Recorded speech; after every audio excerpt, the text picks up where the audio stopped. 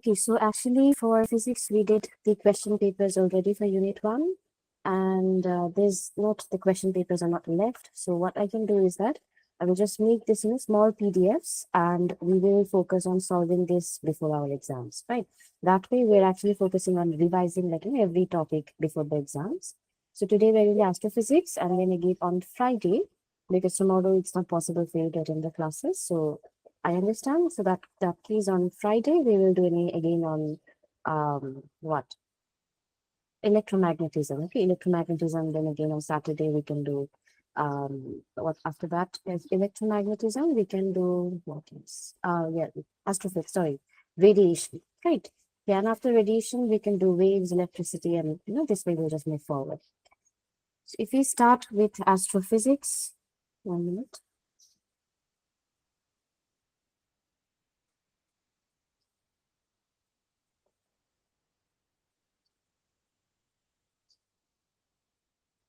Just 1 minute.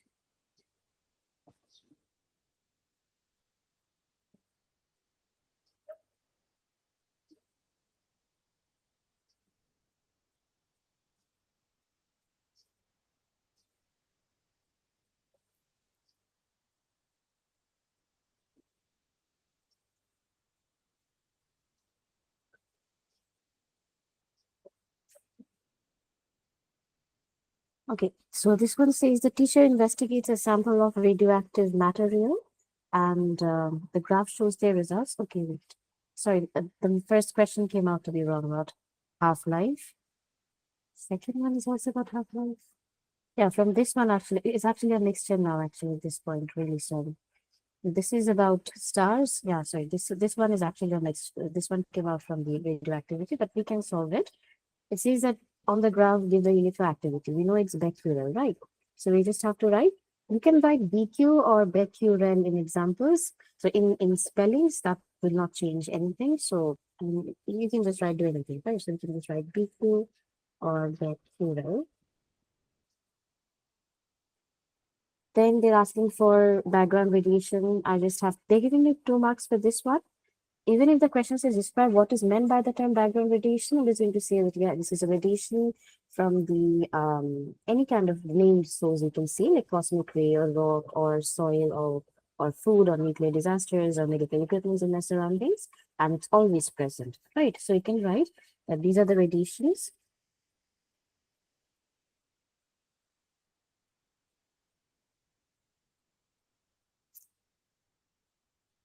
from cosmic ray, rock, or soil in our surroundings,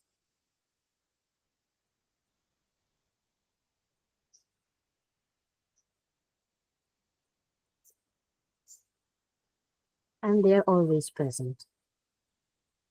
Right, so that's a repeated question you can think of. Then again, half-life, that's again a repeated question. That's it. That is your the time any radioactive source takes to become half of its original activity. Right. That's your average. That's your final answer for half-life. So we can say the average time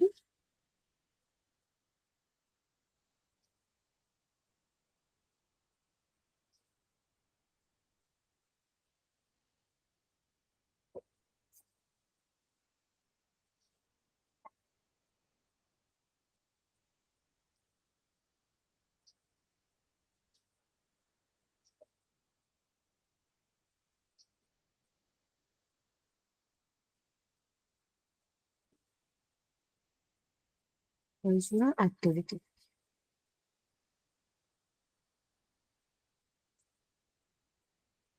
Right. That's again for 2 marks. So these two are simply normal repeated question. Nothing new to explain over here. If you go back to this, use the graph to determine the half-life for this radioactive sample. They're giving you 2 marks. If I go to your graph, I can see that they're starting at 1200, right? So I understand their activity after one half-life. So activity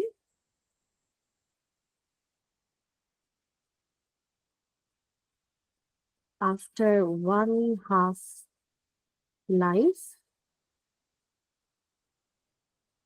that's going to be 1200 over 2, which is 600 becquerel. Right, if this is 600 becquerel, then we can go to this one and understand always, by the way, when you're taking readings from the graph, always do this, that draw these dotted lines, that you are taking this reading directly from your graph and not from somewhere else's.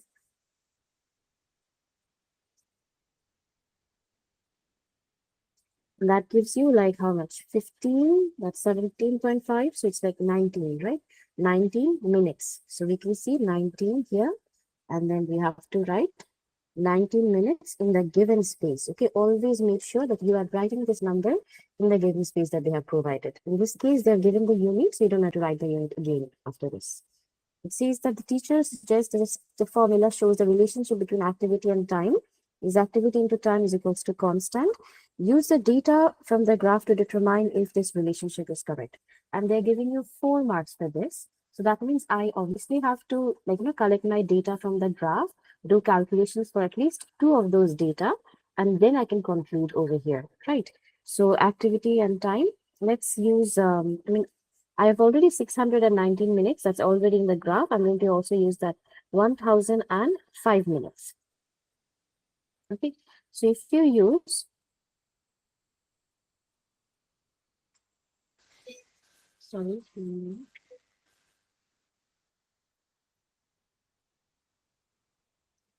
I'm sorry, just 1 minute.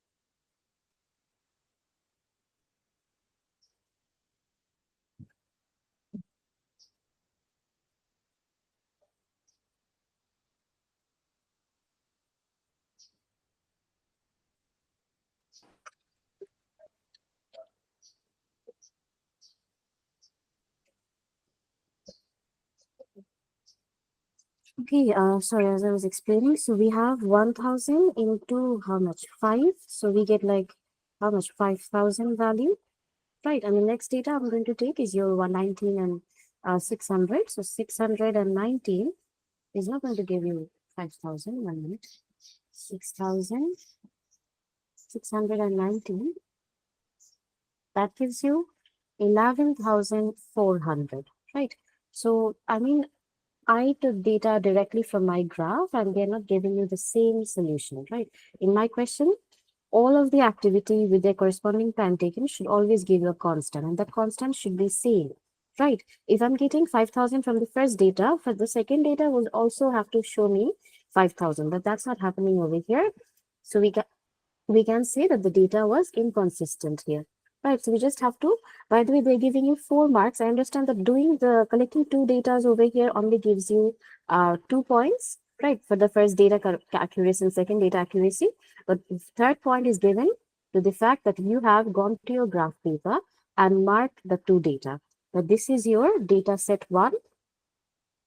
You don't have to write data set 1, but drawing these dotted lines indicates that you have taken these 2 points to calculate that point, right? So this is your data set 1. You don't have to write that data set 1.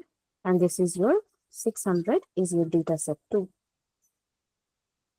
which means you're getting 1 mark for drawing these dotted lines as you're picking data directly from the graph, and you're getting 2 marks for this calculation. And then for the last mark, you just have to write the statement that the 2 data or the product of the activity and time from the 2 data doesn't give you the same constant. So that relationship is inconsistent, right? So we can write the product of activity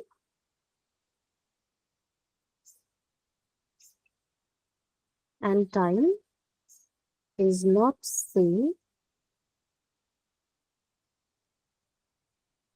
for activity 1000 becquerel and activity 600 becquerel. The product of activity and time is not constant for 1600 becquerel. So the relationship is inconsistent. So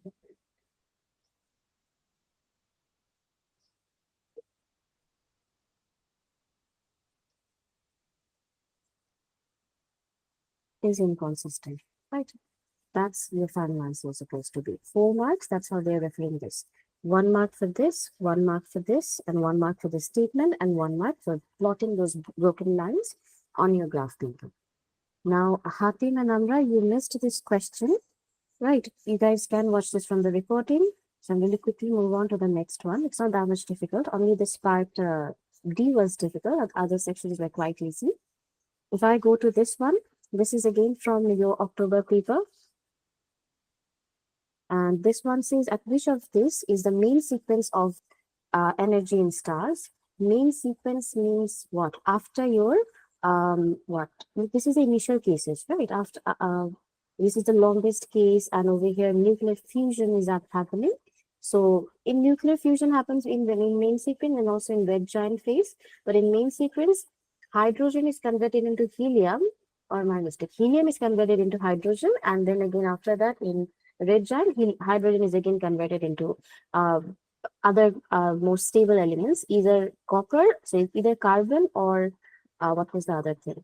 Just one minute. Carbon or iron, right? It depends on the number of stars. Like if you are working with a massive star, then the fusion will convert into iron. If you're working with a less massive star, then the fusion will result in copper, right? So I do not know what type of stars is this, but I know that which one of this phase will actually indicate main sequence stars and their energy, which is always equals to the nuclear fusion, not fission, right? So fusion is your correct answer here. I can also write there helium is getting converted into hydrogen. And then in the next case, it says that over here, the table lists the stages of development of a star that has a very large, has a very larger mass than sun. Larger mass than sun means they're talking about massive stars over here, right? And give the stages in correct order using the numbers 1 to 5. So I have to basically arrange their cases.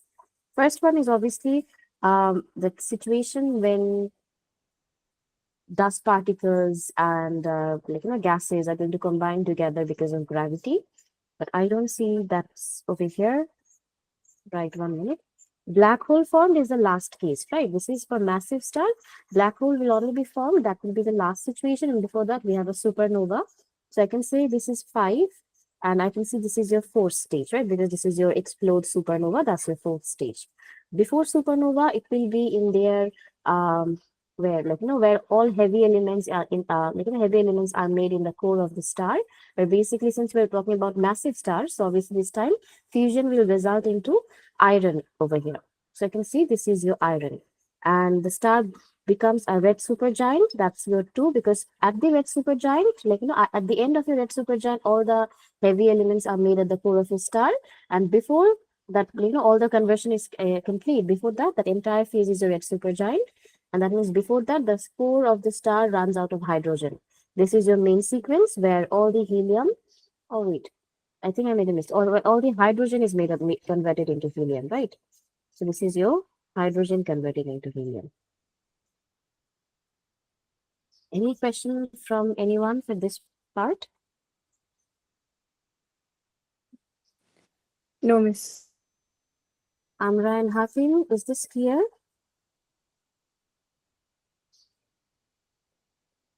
Yes. Nuclear fusion happens in both these stages, right? This is a nuclear fusion, this is also nuclear fusion, but different things are changing. Over here, hydrogen converts to helium, and over here, helium converts to, since I know this is a massive star, so I know this is going to convert into iron, right? If it was a less massive star, then helium will be converted into carbon. This was your idea that this is a massive star. Okay.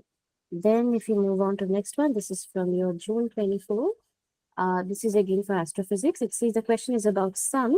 The table shows the different stages of evolution of stars of different masses.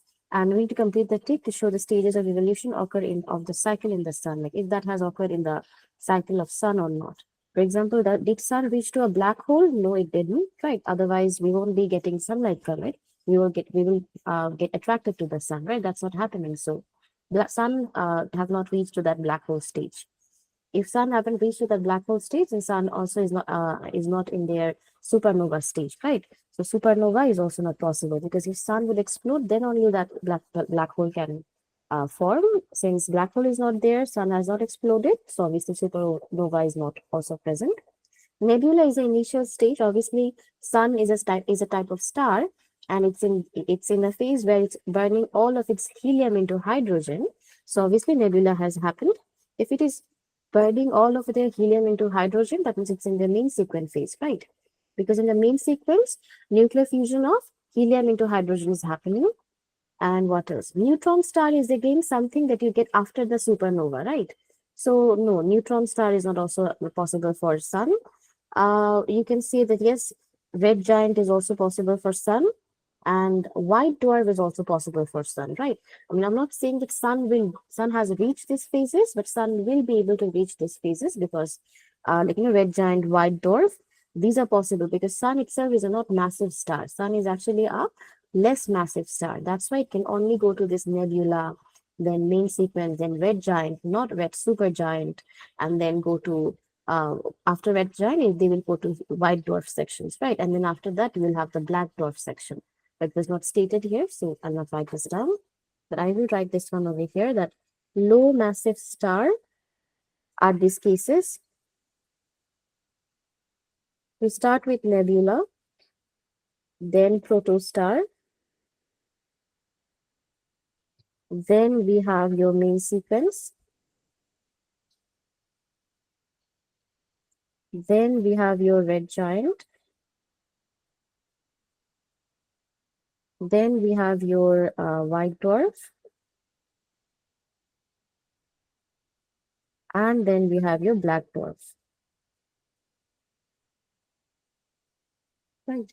And for massive stars, right, high mass star or massive stars, for them, you start with again nebula, then you go to protostar, then you go to main sequence. Up to main sequence, everyone, low mass, high mass, everyone have the same pattern. After that, they move to that red supergiant.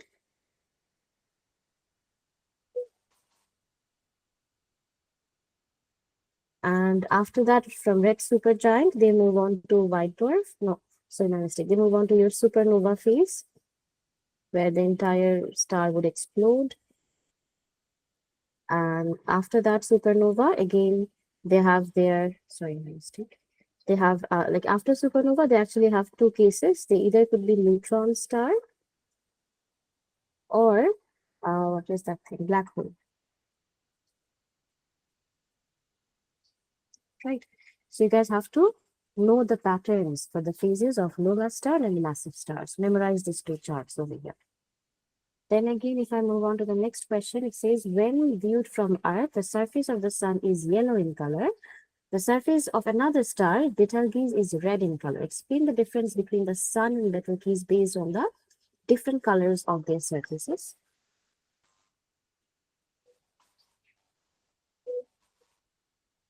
Hatim, is there any question?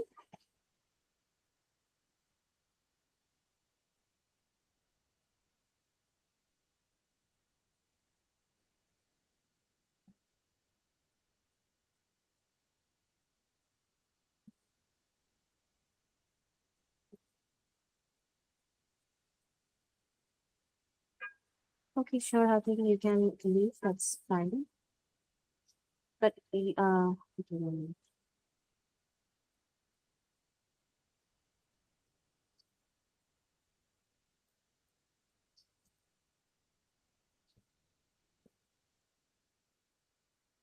okay, sorry. Then we will continue as I was saying. So we have to basically identify their temperatures from their surface. I know that the less cold an object is, the red they will appear. So my pattern was Vigion, right? Violet, indigo, blue, yellow, sorry, blue, yellow, orange, red. I think I'm missing zig. So yeah, neon. Right, yeah. So if something is appearing red, that means it's very cold. If something is appearing bluish or violetish, that means something is very hot. Right. So over here, in this case, if that Betelgeuse appears to be yellow, that means yellow is actually closer to that bluish side than onto that reddish side, right? So as you move from the red to the blue, your temperature increases. So that means they obviously the first thing is going to be that they have different colors indicating they have different surface temperatures. And then we have to say that on red we have a low temperature, and as you're moving away from red, temperature increases. And as Betelgeuse oh wait, Betelgeuse is yellow and sun is yellow. Oh wait, am I making a mistake? No, that was the case. So in that, oh sorry, in that case, sun will be hotter, right? Sorry, I was reading the Betelgeuse is yellow. So yeah, if Betelgeuse is red and sun is yellow, then yes, we have to see that sun is obviously hotter than Betelgeuse in that case. So 2 marks for this is that the different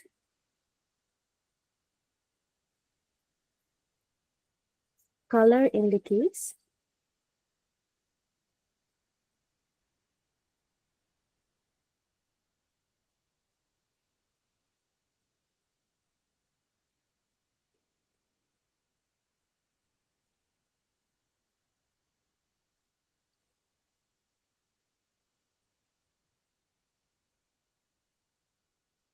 so Betelgeuse will 7 minutes. So sun is hotter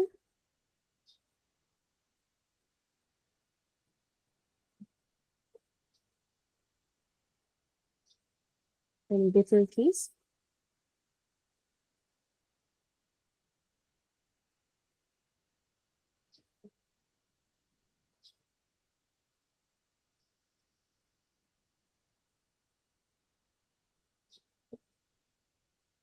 From red to violet, right?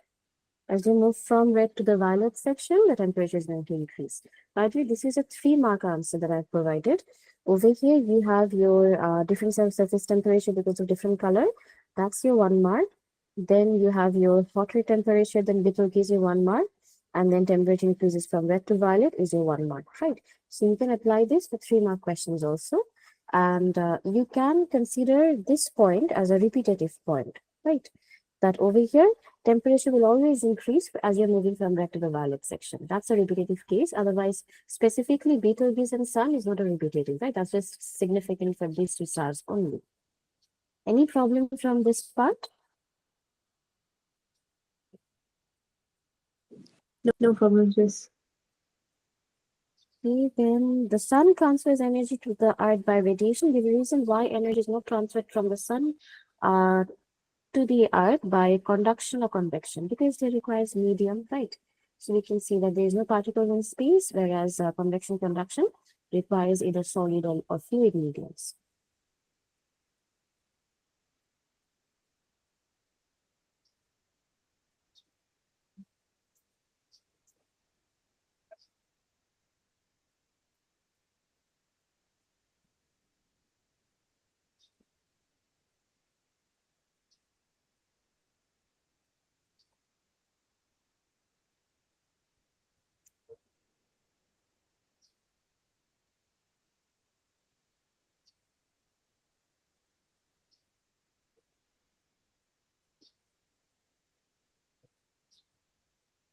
Fluid particles. After this, if I go to the next one, it says that a satellite orbiting the Earth contains sensitive equipment that can be damaged if it gets too hot. Explain which color would be most appropriate for the outer surface of the satellite to protect the equipment. This is about radiation, right? Because obviously, if the entire spaceship or spacecraft or satellite is in outer space, that means compared to my Earth, that satellite is closer to sun, right? So that means it would obviously receive some more little amount of extra radiations from sun than earth. So in order to block out radiation, obviously it should be in silver color, because silver or white objects or shiny objects, they actually reflect the radiation and therefore they will not absorb those radiations that much quickly. So that way, heat cannot build up into that satellite very easily, so equipment will be safe in that case. So we can just write that outer surface should be painted with shiny silver paint, or we can say that it should be of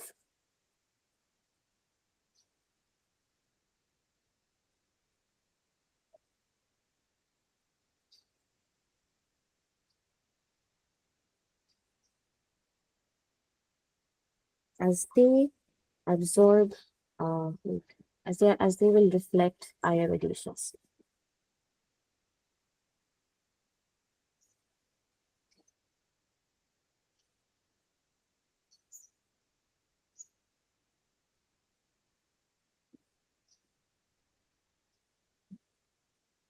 Higher radiation, right? Okay.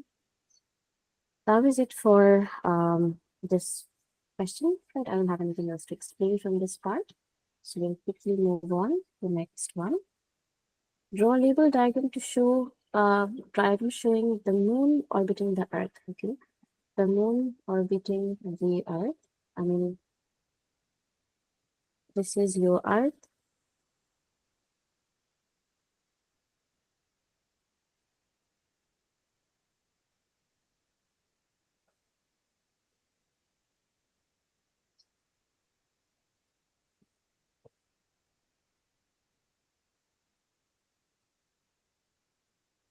And that's your moon, right?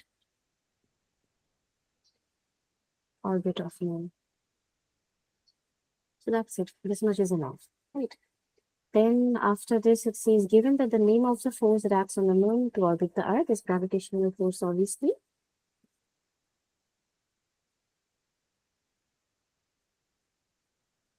And name another force that orbits the Earth. Okay. Give the name of another force. Name of another, oh sorry, another object that orbits the Earth. Those are artificial satellites. So we can write that satellite or space stations, right?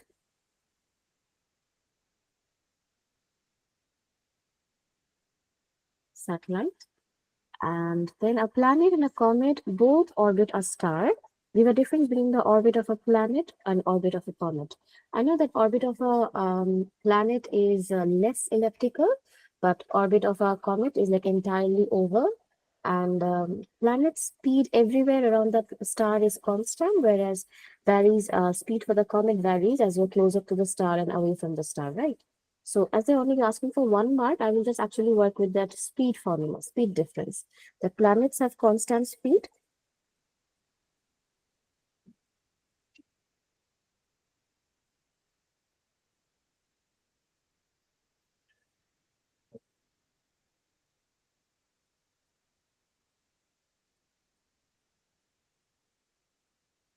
The comets with speed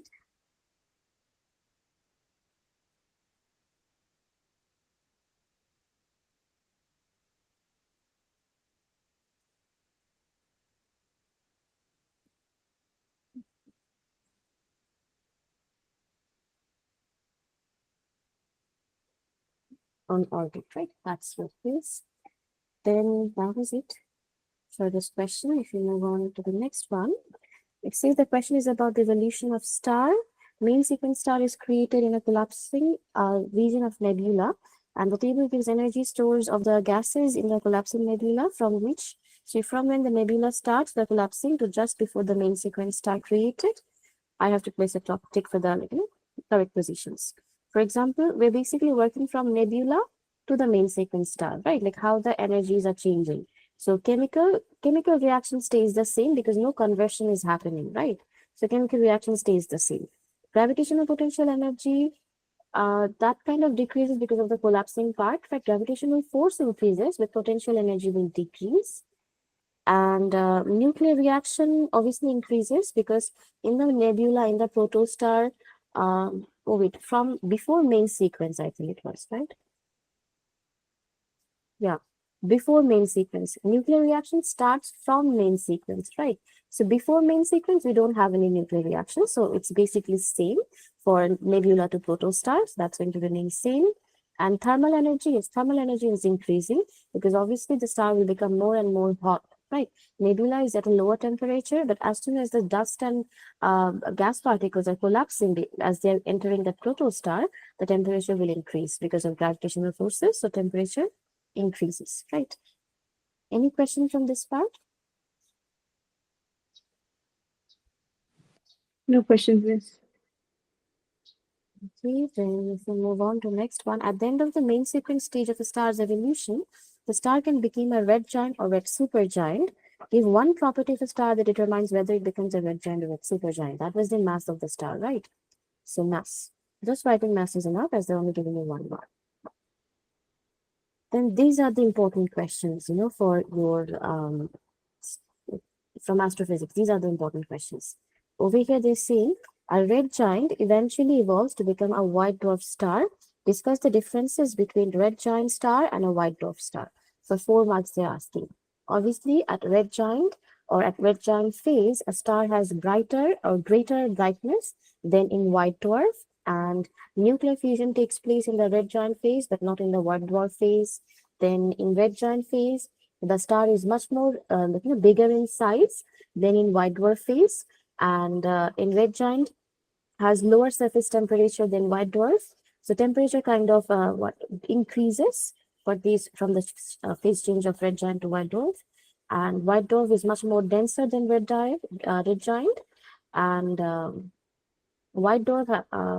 What else I can think of? These are the only things I can think of, right? And these are enough actually. We've already spoken about a lot of things. So I will write all of them, and this is a repetitive question. This might come. I mean, repetitive question means their answers are not going to change ever, right? So we can see that red giant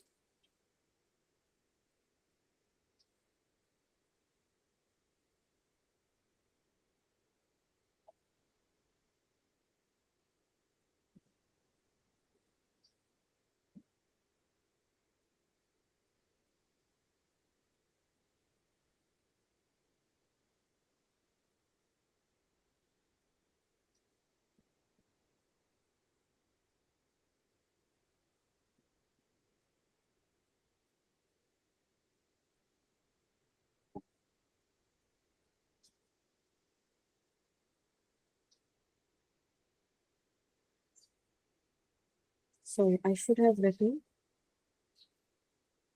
like this. Red giant has greater brightness and red giant has greater brightness and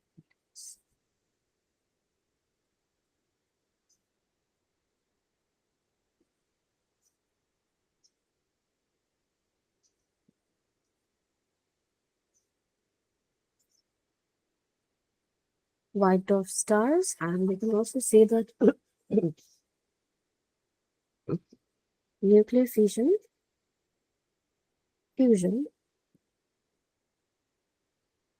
occurs at the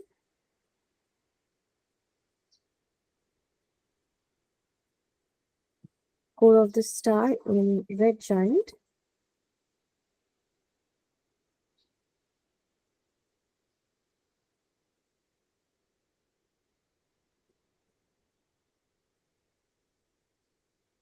But not in white dwarf. And lastly, we can say white dwarf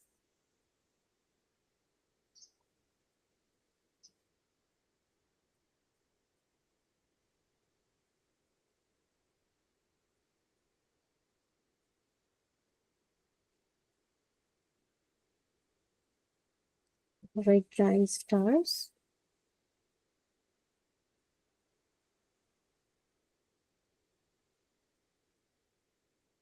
are much denser than red giant stars. And yeah, these are the only things. Oh no, we can also write as red giant is larger in size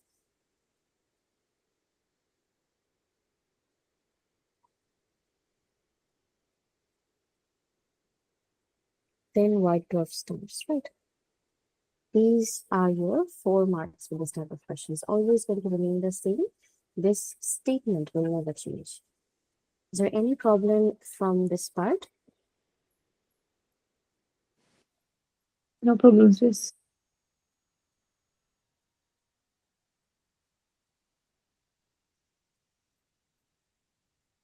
There's actually 5 marks. So these are the mark scheme points underlined in black ink. Right, Amra, any questions from your side? No, Miss. Okay, then after this is the same. We have a question is about astrophysics. Which of this is a large collection of billions of galaxies? Billions of galaxies is what universe? Wait, Milky Way is just our solar system. So this is our solar system. First stage of star evolution. Solar system is a solar system inside inside the universe. You get it. Inside the galaxies, you get it, right? So we can say inside galaxies. And many galaxies makes universe. That's the correct answer. So after this, which of these is a correct unit for gravitational field strength, which is just how much? Gravitational field strength, they're saying, right?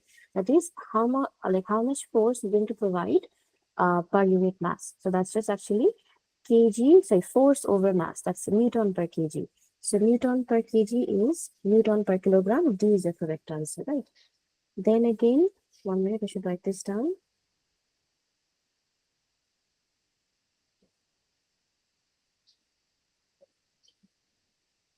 Per unit mass.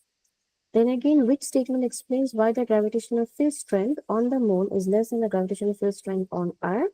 Like how G moon is less than the gravitational field strength of Earth, right?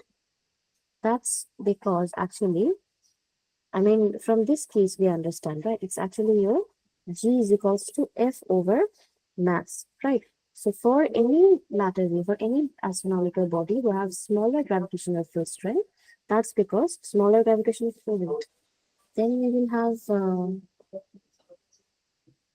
field strength, and then in that case, it says moon has larger mass, right? That's not same.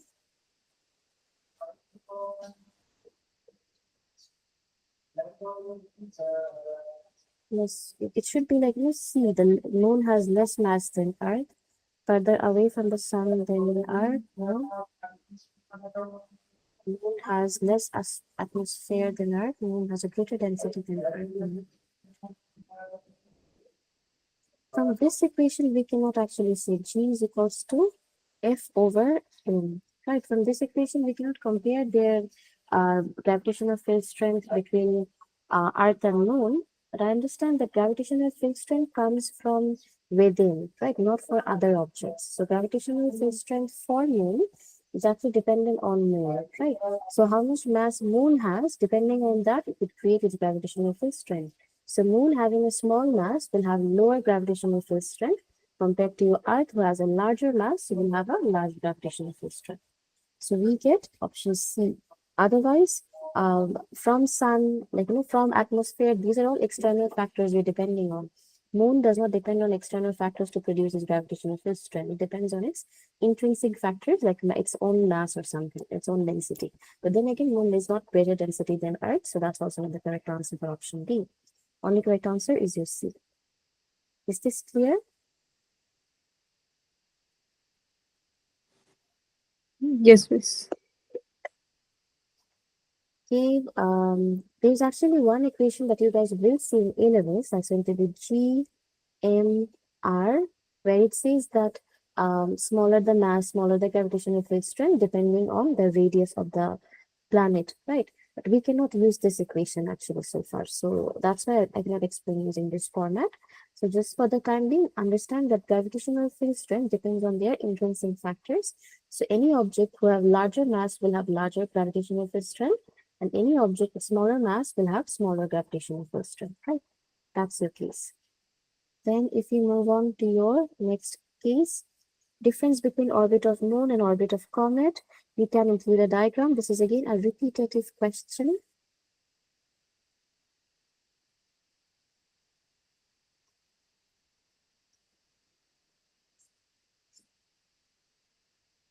Moon orbits around the planet. And your comet orbits around your what? Comet orbits around your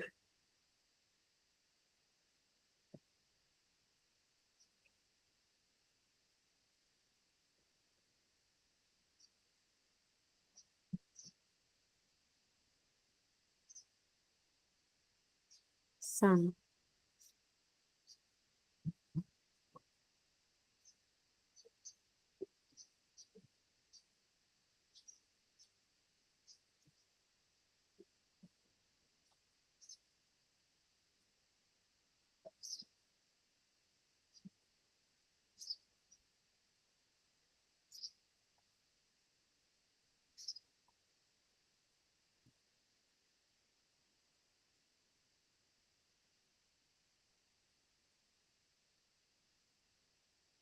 It's still, we don't need to write anything else on the diagram. We just have to write the explanations that moon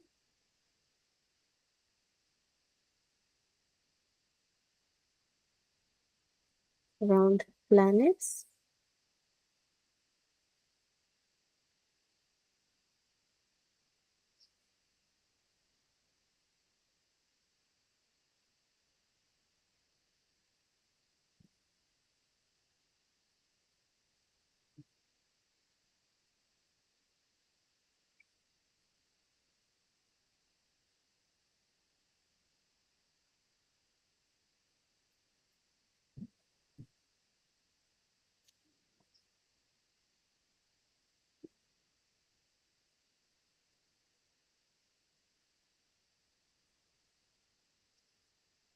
it's elliptical, right? That's the case then.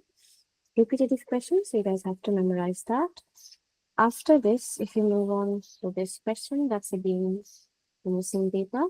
It says that the star has a circular orbit around the center of gravity, so galaxy. The diagram shows an outline of the galaxy and stars position in the galaxy. This is the center of galaxy, and this is how or where the star is. Now it says that draw an arrow to the diagram to show the force on the star that keeps the star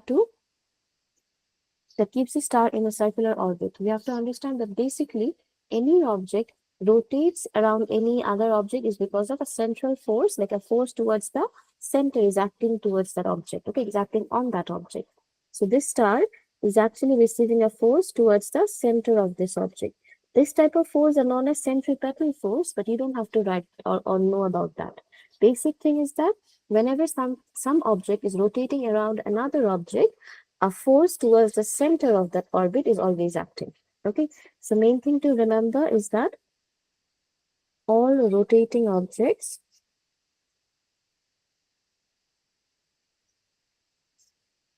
have a force acting on them towards the center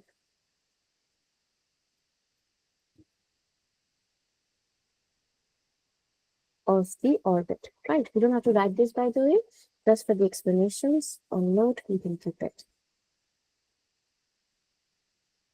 Then that's it, right? You don't have to think about the magnitude or anything. Only direction is important. I know speed of light is this 1 year. 1 light year is the distance of light travels in 1 year. So that 1 light year is approximately this. 1 year is this much second. I mean, I know that it is what from these definitions I understand. This is the distance traveled by light in 1 year. So if I want to find out your, what is it? Distance from v is equals to d by t, I get d as 3 into 10 to the power of 8 multiplied with 3.2 10 to the power of 7. And that's going to be 3.2 into 3, which is 9.6. And that will be 8 plus 7 is 15. So we have like 9.6 10 to the power of 15. Right, if this is 9.6 10 to the power of 15, I can consider 9.6 as 10, right? So we can write 10 into 10 to the power of 15, or we can write 1 into 10 to the power of 16. Because 10 means there's another 0, so basically it becomes 1 into 10 to the power of 16, that's just 10 to the power of 16. So we can write directly 10 to the power of 16 and nothing else. That's the distance traveled. 1 light year is equals to power 16 meter.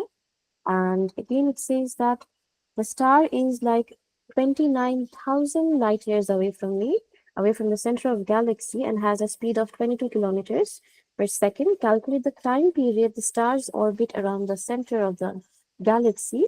Your answer should be in a standard form. Basically, this is happening. This is the center of your galaxy, and this is your orbit for that star.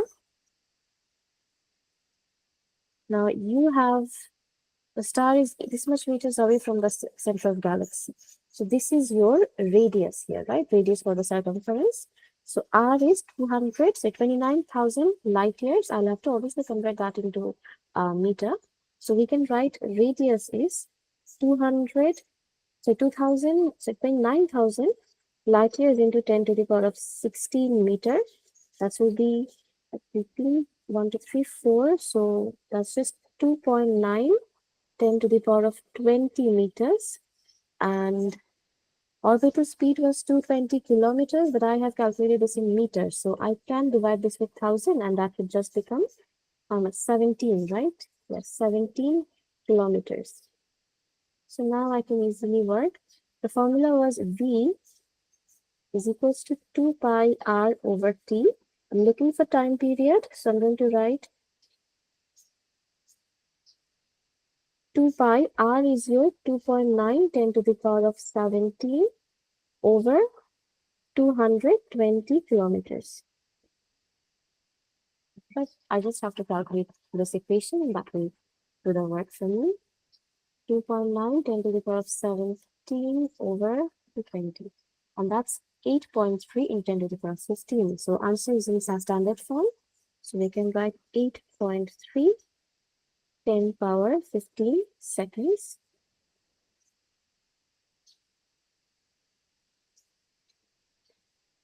Hmm. 8.3 10 power 15 seconds. So that's it.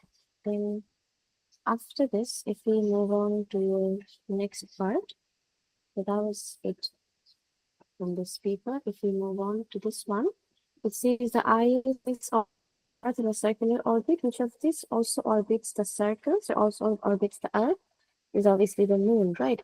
This orbits the sun. This doesn't orbit at all. And this orbits the sun or any kind of stars.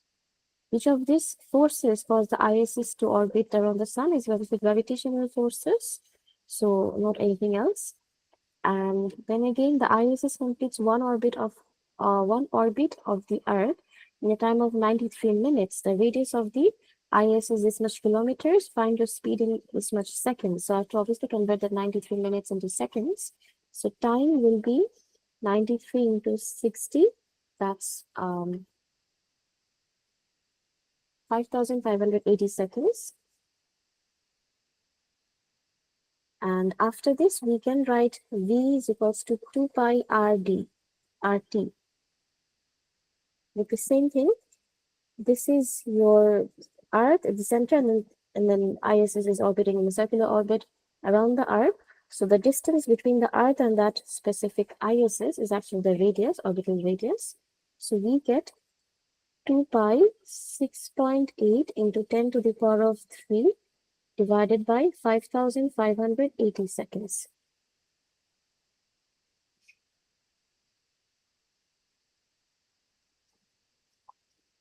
So we have 7.7 meters per second.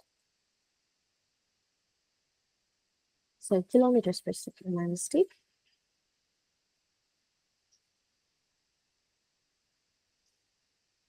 Always write the unit here, even if the unit there is given, right? Always have to write the unit in this section. And again, write your answer in correct significant figures over here. You have to understand that this answer was given in 2SF and this answer was given in 2SF. If you want to keep your answer in this case is like 7.65, that's totally fine, or 7.66, that's totally fine. You can keep it because that's not your final answer, right? 7.66. But you have to write 7.7 or the final case because all the data used in this question was to two significant figures.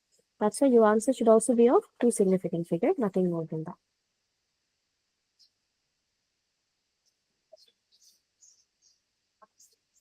Okay, then after this, show that the ISS completes approximately 15 orbits of the Earth each day. If one orbit takes 93 minutes and on a day we have like 24 and 60, That's like 114 minutes. So we can write that 93 minutes. Let me guys just wait for a minute. Really sorry.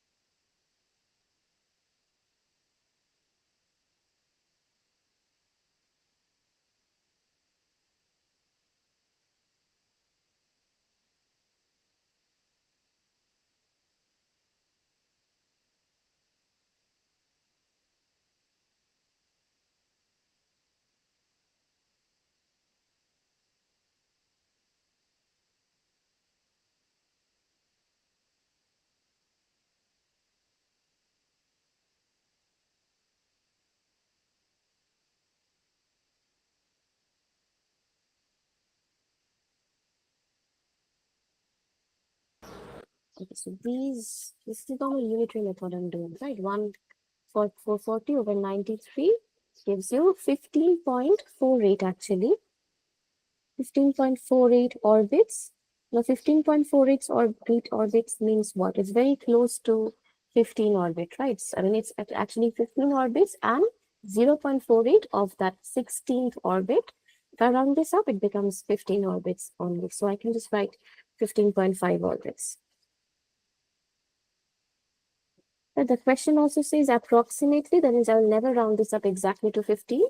I will keep it as 15.5 or something close to this. Okay, then that's it for this question, I think. Yeah. Any problem from this part?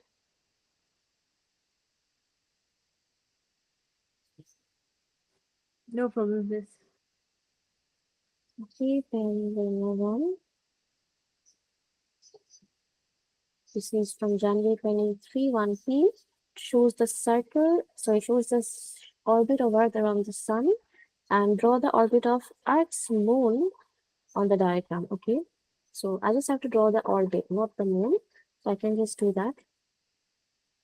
It's also circular orbit, making sure that making sure that your Earth falls at the center of this orbit, right? So just label this orbit of moon.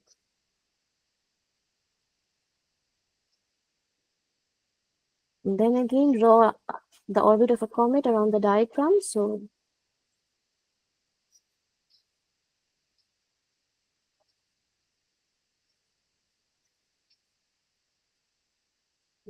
something like this, and this is the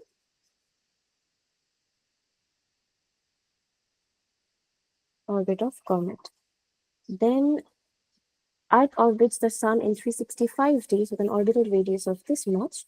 Calculate the Earth's orbital speed in kilometers per second. I know that in seconds, 365 days will be like 3.2, 10 to the power of 7. Let me just check. 65, 24, 60, 60. 3, 4, 5, 6, 7. Yeah. I mean, so time is converted in this way. 24, 60, and then 60. That's actually 3153, 6,000 seconds, which is approximately 3.2, 10 to the power of 7 seconds, right? So if I want to find out the speed, it's just d over t, as Earth moves with a constant speed in the entire orbit. So we have this 150 and 331. So 15 into 10 to the power of 7 divided by 3.2, 10 to the power of 7. We kind of get 15 over 3.2. That's 4.7 approximately, 4.7 kilometers per hour. Oh wait, orbital radius. So we have to multiply 2 pi with this also. Right, yeah, sorry, my mistake. 2 pi r over t. So if you multiply 2 pi with them, you get your answer then 75 over 8 pi, which is 29.5. You can write. And all the data given in this question, sorry, they also use 3SF, so I can write 29.5. That's not going to be a problem. And that's your final answer then, right? Then if we move on to this one, Which forces keeps the Earth orbiting Sun? Obviously, gravitation. We've seen that a lot so far. Describe the evolution of Sun from the first stage to its evolution to the final stage of its evolution till now. This is again a very important question. And in this question, we're going to speak about, yes, that, over here, it started as nebula, which is a cloud of gas. And because of, what was that? Because of gravity, that cloud of gas and dust collapsed together to create a protostar. And then after that, temperature increases and it reaches to a main sequence where nuclear reaction started, and it will eventually finish off with a, and then after that it will go to a red giant and will finish off with a white dwarf phase, right? That's what you have to say. To the final stage of its evolution means that obviously like the white dwarf have to be mentioned, like where it will eventually stop. So we can say that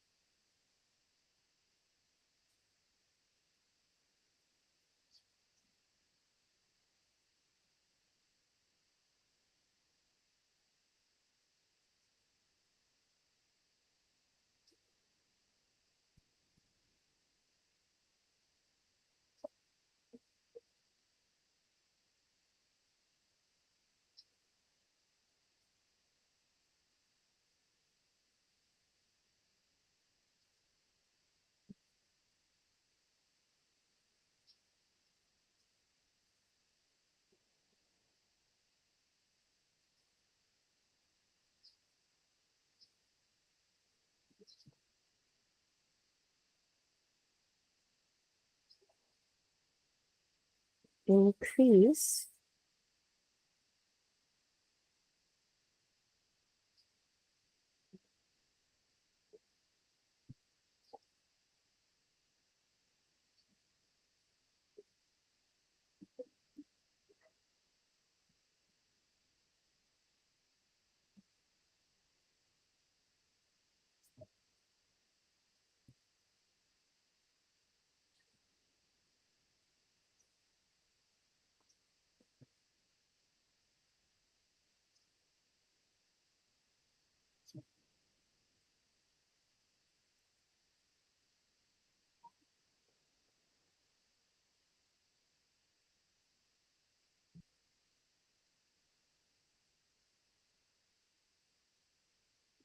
then it would enter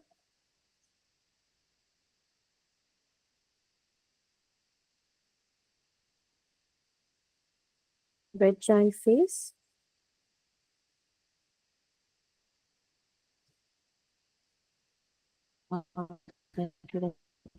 Where helium is fused to carbon because Sun is a less massive star.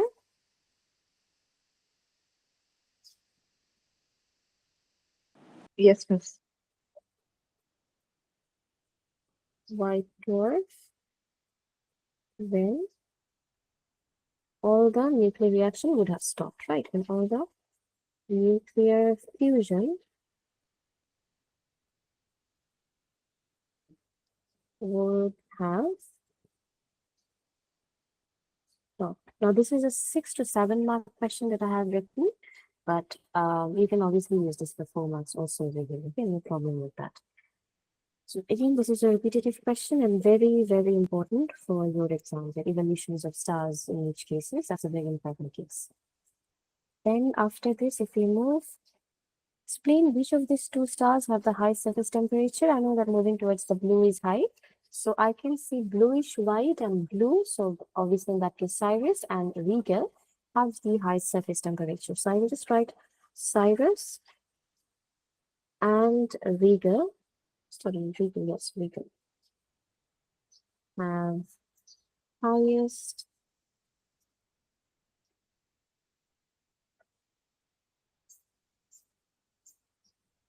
surface temperature because as color shifts from red to blue, temperature increases, right?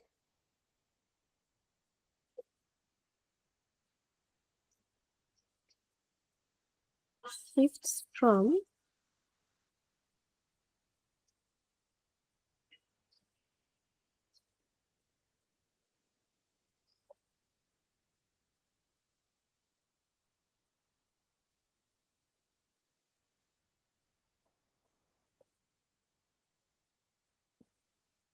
increases. So this is your 2 marks.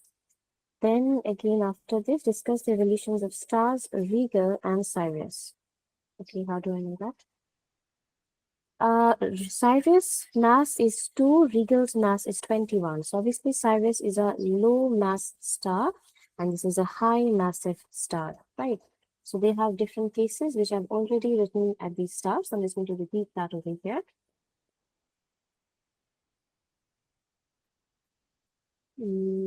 6 marks they're given, right? 6 marks.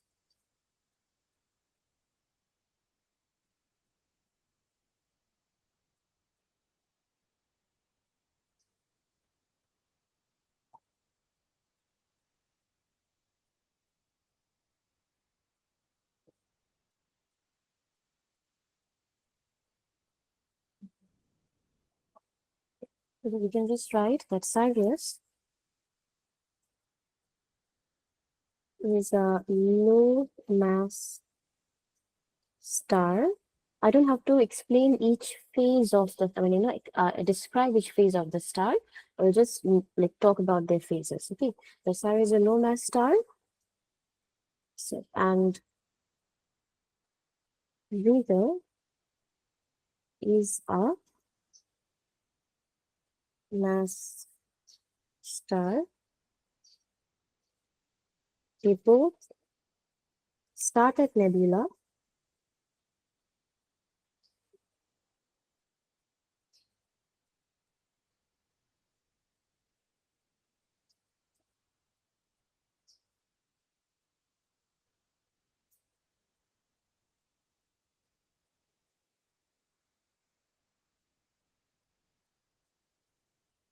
And then due to gravity,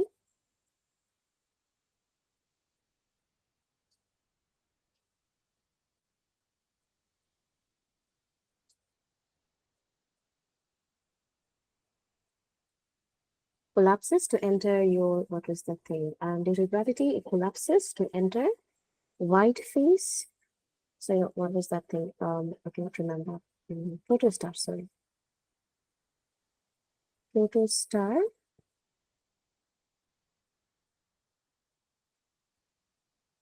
And then into main sequence.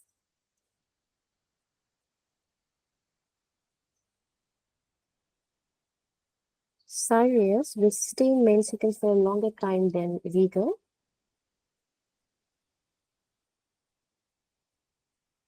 Will stay in main sequence.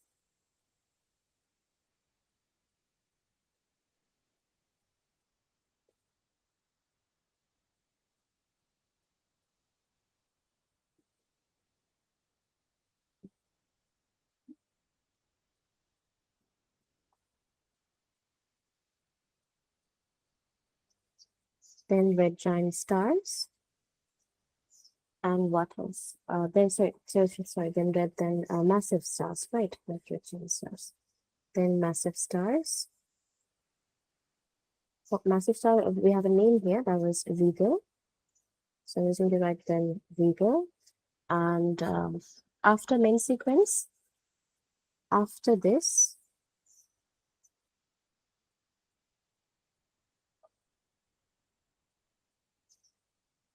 Sirius will enter, or Sirius enters red supergiant. So red giant phase, and Vega enters red supergiant.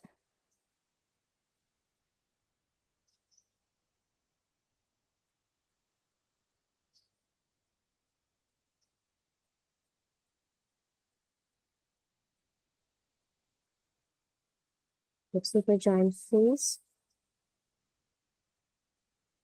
From there, Sirius will continue to go to white dwarf and finally reach black dwarf, but Regal after red supergiant stage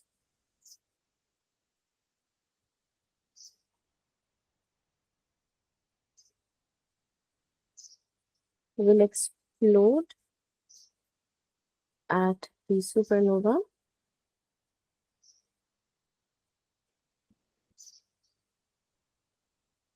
and what else will explode and will either form neutron star or black hole, right? And then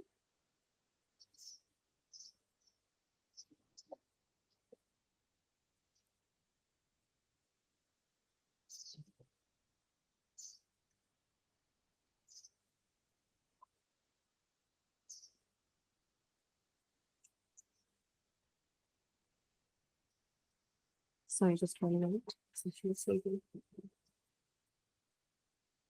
Okay, neutron star